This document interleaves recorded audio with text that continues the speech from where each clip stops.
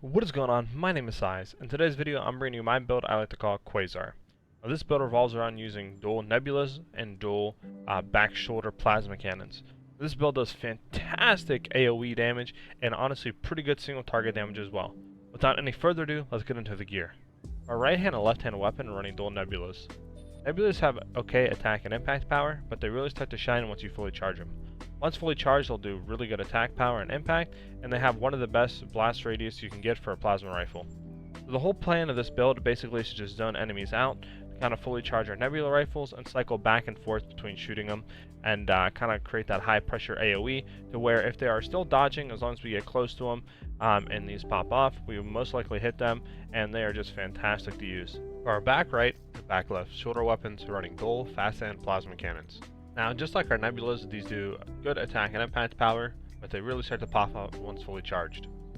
Once fully charged, these things will do excellent attack and impact power, and they'll have a really good blast radius as well. Now, you never want to shoot these things unless fully charged. They have a pretty good charge time, it doesn't take too long, so rule of thumb, always charge these things then shoot so we can get that nice boost in impact and attack power, plus that nice AoE boost as well. Basically, stagger the enemy first with our nebulas, and then shoot our plasma cannons. For our head, running the Shade Eye. Shade Eye has excellent AP and defense as well as attitude, stability, and system recovery. Now you could run something like the Ephemera Head as well, which will give you more AP and defenses, and attitude, stability, and system recovery. But your quick boost, reload time, and boost speed and weight and all that is going to go up. Now I could see word where you're saying like, yeah, it's not it's not a drastic change in reload time, so this one would be the better helmet. But in my opinion, the Shade Eye fits the build perfectly, and honestly I'm kind of just tired of running the Ephemera Head and stuff like that, as I used it already in a few previous other builds. For our core, we're running the HAL 826. This core gives us good AP and defense as well as generator output and supply, and overall gives us the EN output we need to accommodate all of our weapons. Now the other core you could consider running is the Ephemera core, but in my opinion you will be losing a lot of stats, and yes, your quick boost reload time will go down, but the way we play this build we're not really boosting a lot, so in my opinion the HAL 826 is the core for this build. For arms, running the notched arms. The notched arms allows us to get the maximum amount of fire and specialization stat we can possible with any arms, and if you didn't know what that stat does, basically it allows your weapons to track better on the enemy. So we want to be able to track the enemy as best as possible with the nebulas, so basically we want to run arms with the maximum amount of fire and specialization we can, and the notched arms allows us to achieve that. Now yes, the AP and defenses aren't really good with the arms, so I guess I could see a world where you run like different arms like the VP to get more AP and defenses, but in my opinion we are already fast and nimble, and we just want to basically be able to track the best so we can hit our AoEs and our shots, so that's why in my opinion the notched arm is the best arm you could possibly run for this build. For our legs, running the Fortaleza tank legs. Now we do want to run tank legs because we're using back plasma cannons, and when we fire these things, if we're not running tank legs, it is going to stop us in place and go through a whole like animation to fire them.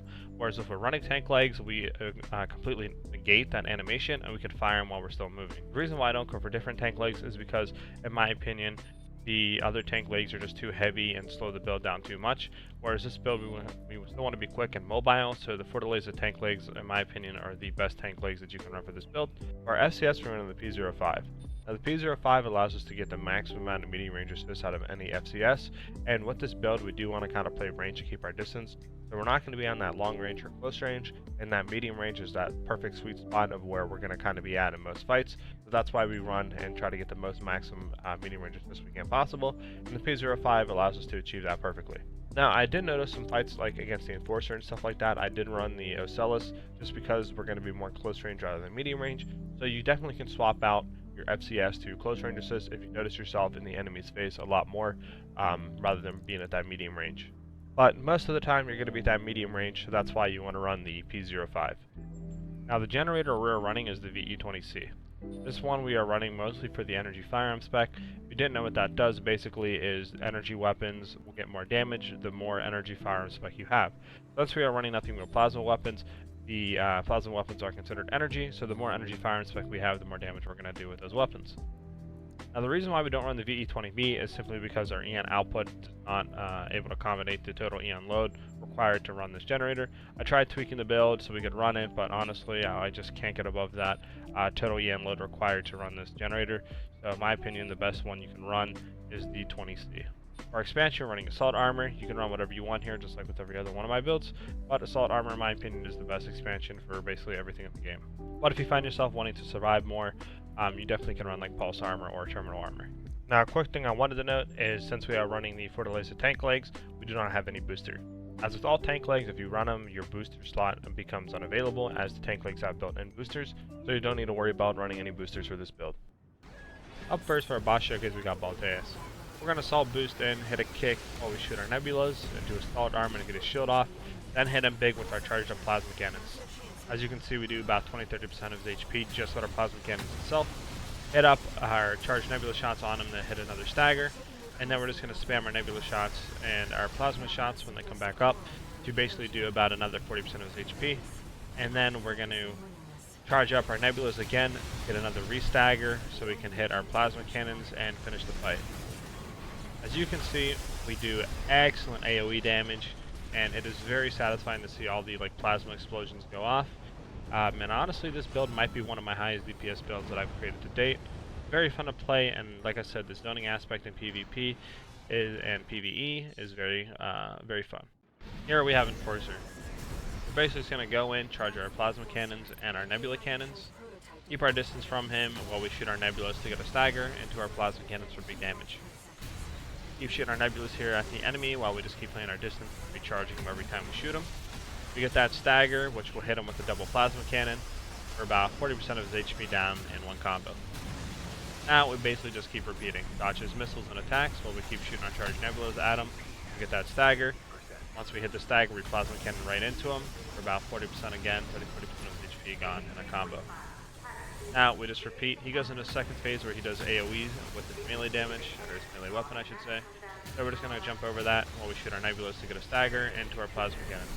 Now what I didn't do in this fight, which you probably could as well, is you could probably shoot your plasma cannons without holding and waiting for him to get staggered, and do more damage and stagger more quickly to end the fight faster.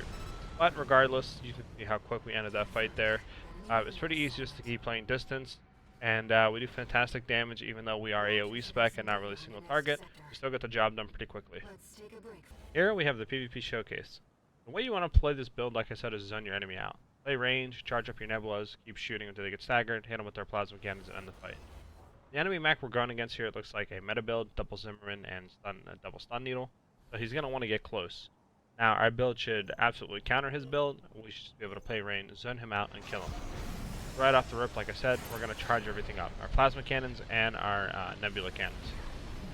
Now the charge time on both of them is fantastic, and even the cooldown time is really good on our nebulas and our plasma cannons. So basically we're just going to keep charging our nebulas, shoot him, and keep kind of dashing whatever way he's trying to go, juke him out, and keep playing range. Whenever he gets staggered, we just shoot our plasma cannon straight on him and do a crap ton of damage. Now we're just going to shoot him a little bit more with our nebulas to kill him, and that's round one in the bag. Like I said, the build is pretty good in PvP. You will get countered sometimes, but as long as you keep your distance from the enemy, you should win about 90% of the time. Now we go into round two. We're just going to repeat what we did in round one, charge up all of our weapons, wait for him to get on our sights, and then shoot him with the nebulas at range. Our nebulas do fantastic stagger damage and have such a huge AoE that basically we're pretty much always going to hit the enemy. Shoot him more with our nebulas, then with our plasma cannons when he gets staggered, and he absolutely gets obliterated. This build honestly is pretty fun in PvP if you play it correctly, and the zoning potential of it is really good against high aggro players and meta build users. That's it for this build guide. I hope you guys do enjoy the build. Honestly, the build is super fun to play with. I love seeing all the plasma explosions go off on screen. The charge times are excellent on our nebulas and plasma cannons, and honestly the cooldown time too on our plasma cannons and nebulas are very minuscule, allowing us to rapidly fire off full charge shots. This build does excellent single target as well as AoE damage, and honestly I think this might be my most damaging build to date. It is very fun to play, and even in PvP we are very anti-meta because we're just able to keep playing range and kind of outpacing our enemies with our Fortaleza tank legs. Once we're outpacing the enemies, we're just able to charge our nebula shots, shoot it at the enemy until they get staggered, and then basically destroy them with our plasma cannons. As always, if you guys have any questions about the build, any of the parts that I'm using, the playstyle, you can put them in the comment section below. And if you guys also wouldn't mind, let me know how I can improve the build videos and videos in general further in the future. If you could put that in the comment section as well, that would help me out a ton. If you guys also wouldn't mind liking and subscribing to the video, it lets me know you guys are enjoying these type of build videos. We keep putting out building videos and content on Armored Core, and it helps with the YouTube algorithm. I hope you guys do have a good rest of your day or night, depending on when you're viewing this video, and I'll see you guys in the next one. Peace.